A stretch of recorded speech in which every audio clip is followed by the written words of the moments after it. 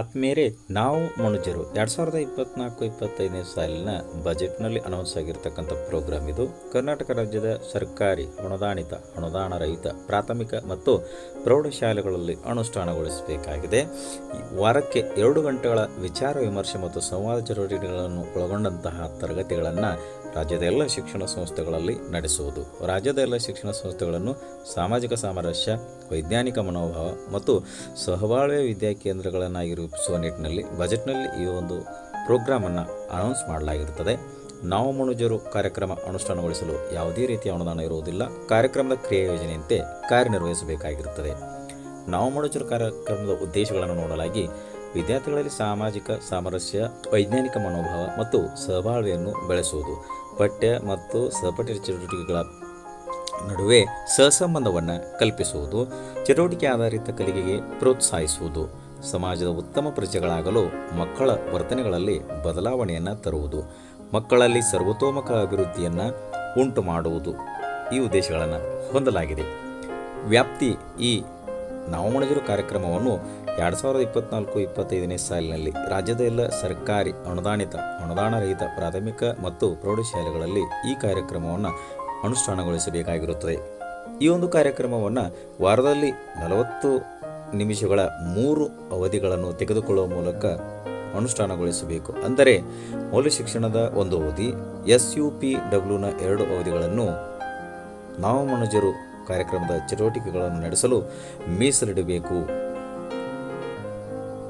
ನಾವು ಮನುಜರು ಕಾರ್ಯಕ್ರಮದ ಸ್ವರೂಪಗಳನ್ನು ನೋಡಿದಾಗ ಕಾರ್ಯಕ್ರಮದ ಅಡಿಯಲ್ಲಿ ನಡೆಸಬೇಕಾದಂತಹ ಚಟುವಟಿಕೆಗಳು, ಕಾರ್ಯತಂತ್ರಗಳನ್ನು ನೋಡಲಾಗಿ ಮೊದಲಿಗೆ ಸಾಮಾಜಿಕ ಸಾಮರಸ್ಯವನ್ನು ಉಂಟು ಮಾಡಲು ವಿದ್ಯಾರ್ಥಿಗಳಿಗೆ ಹಬ್ಬಗಳ ಕುರಿತಾದ ಸಂವಾದವನ್ನು ಏರ್ಪಡಿಸುವುದು, ಹೊರಸಂಚಾರ, ಕುಲಕಸುಬು, ಗುಡಿ ಕೈಗಾರಿಕೆಗಳಿಗೆ ಭೇಟಿಯನ್ನು ನೀಡುವುದು, ಅವಿಭಕ್ತ ಕುಟುಂಬಗಳು ಮತ್ತು ಸಾಂಪ್ರದಾಯಿಕ ಮೌಲ್ಯಗಳ ಬಗ್ಗೆ ಚರ್ಚೆ, ಸಾಂವಿಧಾನಿಕ ಮೌಲ್ಯಗಳ ಕುರಿತು ಸಂವಾದ ಏರ್ಪಡಿಸುವುದು,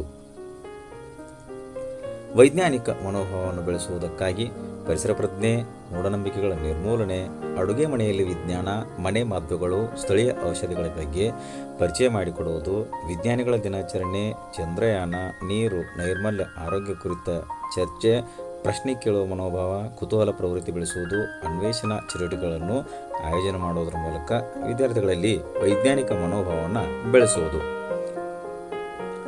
ಇನ್ನು ಸಹಬಾಳ್ವೆ ಗುಣ ಬೆಳೆಯುವಂತೆ ಮಾಡಲು ತರಗತಿಯಲ್ಲಿ ಗುಂಪು ಚಟುವಟಿಕೆಗಳನ್ನು ಆಯೋಜಿಸುವುದು, ಶಾಲಾ ಕೈತೋಟ ನಿರ್ವಹಣೆ, ಮಧ್ಯಾಹ್ನ ಉಪಹಾರದ ಸಮಯದಲ್ಲಿ ಸಹಭಕ್ತಿ ಭೋಜನ, ದೇಸಿ ಕ್ರೀಡೆಗಳಿಗೆ ಪ್ರೋತ್ಸಾಹ ನೀಡುವುದು, ಶೈಕ್ಷಣಿಕ ಪ್ರವಾಸ, ಕ್ಷೇತ್ರ ಭೇಟಿ, ಶಾಲಾ ಹಬ್ಬಗಳ ಆಚರಣೆ, ಸಂಪನ್ಮೂಲ ವ್ಯಕ್ತಿಗಳಿಂದ ಕಾರ್ಯಕ್ರಮಗಳ ಆಯೋಜನೆ, ಒಳಗೊಳ್ಳುವ ಚಟುವಟಿಕೆಗಳನ್ನು ಏರ್ಪಡಿಸುವುದು, ನಿತ್ಯ ಸಾಮೂಹಿಕ ಪ್ರಾರ್ಥನೆ ಮತ್ತು ಸುಭಾಷಿತ ಓದುವುದರ ಮೂಲಕ ಸಹಬಾಳ್ವೆಯನ್ನು ರೂಢಿಸುವುದು.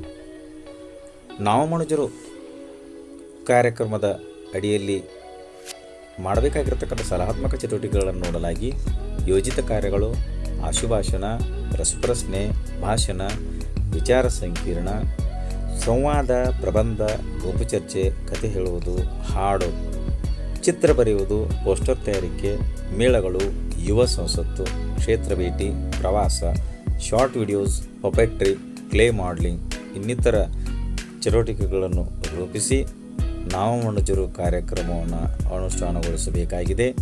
ಈ ಒಂದು ಕಾರ್ಯಕ್ರಮಕ್ಕೆ ಸಂಬಂಧಿಸಿದಂತೆ ಕ್ರಿಯಾಯೋಜನೆ ರಚಿಸಿಕೊಂಡು ಅದರನ್ವಯ ಕಾರ್ಯಕ್ರಮದ ಚಟುವಟಿಕೆಗಳನ್ನು ಅನುಷ್ಠಾನಗೊಳಿಸಿ ಮೇಲಾಧಿಕಾರಿಗಳು ಹೇಳಿದಂಥ ಸಂದರ್ಭದಲ್ಲಿ ಈ ಕಾರ್ಯಕ್ರಮದ ಕುರಿತು ವರದಿಯನ್ನು ನೀಡುವುದು.